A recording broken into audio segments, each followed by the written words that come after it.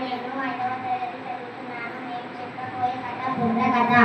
నా పేరు విజిత. నేను 5వ తరగతి చదువుతున్నాను.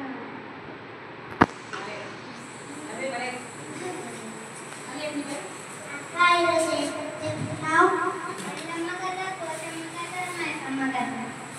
ఏవన్నీ పాత కథలే, ఏదైనా కొత్తది చెప్పు.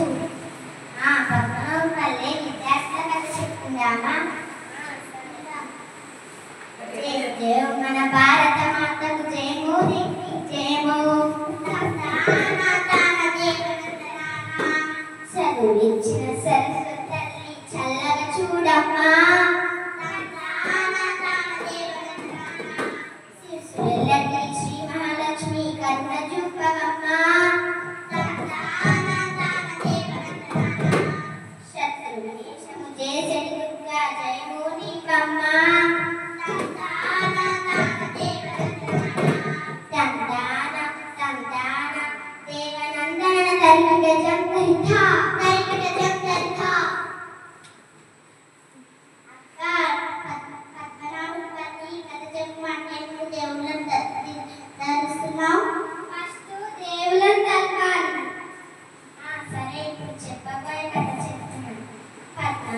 పల్లెల పుట్టి పెరిగిన విద్యార్థుల కథరా. చదువు సంఖ్యలో పేరు పొందిన చక్కని వాళ్ళ కథరా.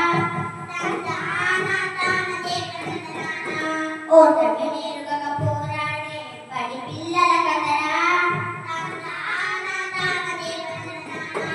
10 మందిని ప్రేరణనిచ్చే వర్తమాన కథరా.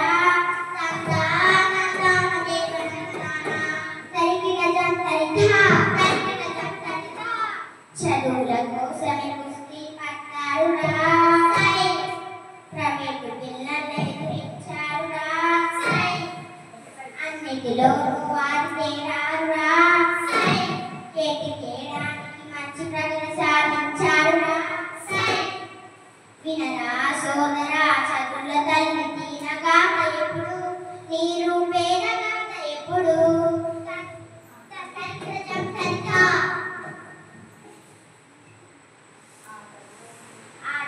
మా బడిలో చక్కని ఉపాధ్యాయురా.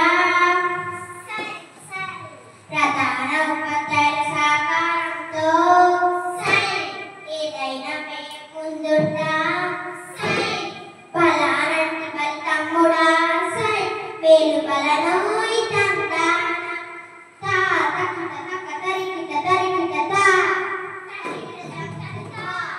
ఎన్నో జన్మల పుణ్యం ఇతనికి మానవ జన్మము. అందులో ఈ బడిలో చదువు శ్రేష్టము. సహనం, స్నేహం, ప్రేమ, భావం వారి గొప్పతనము. ఆ గొప్పను కలిగిన పేదవారిని చక్కగా పెంచాలి.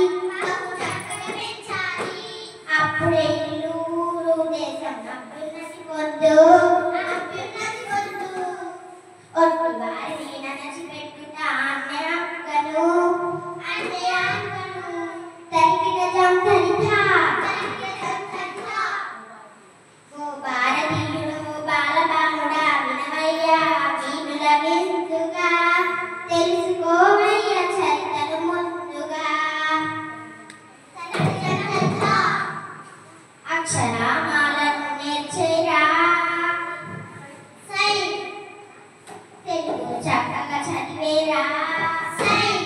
ఎక్కాలన్నీ నేర్చేరా.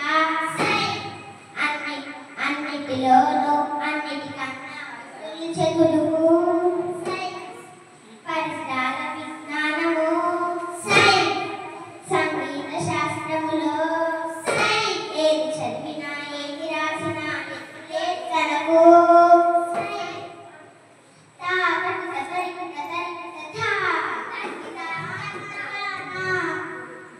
పల్లె పిల్లల్ని చిన్న చూపుతో చూడరాదువాయి. అన్నిటిలోనూ అవకాశాలను కల్పించాలి. చదువులైన పదవులైన సమానమే రోయి. వాళ్ళలో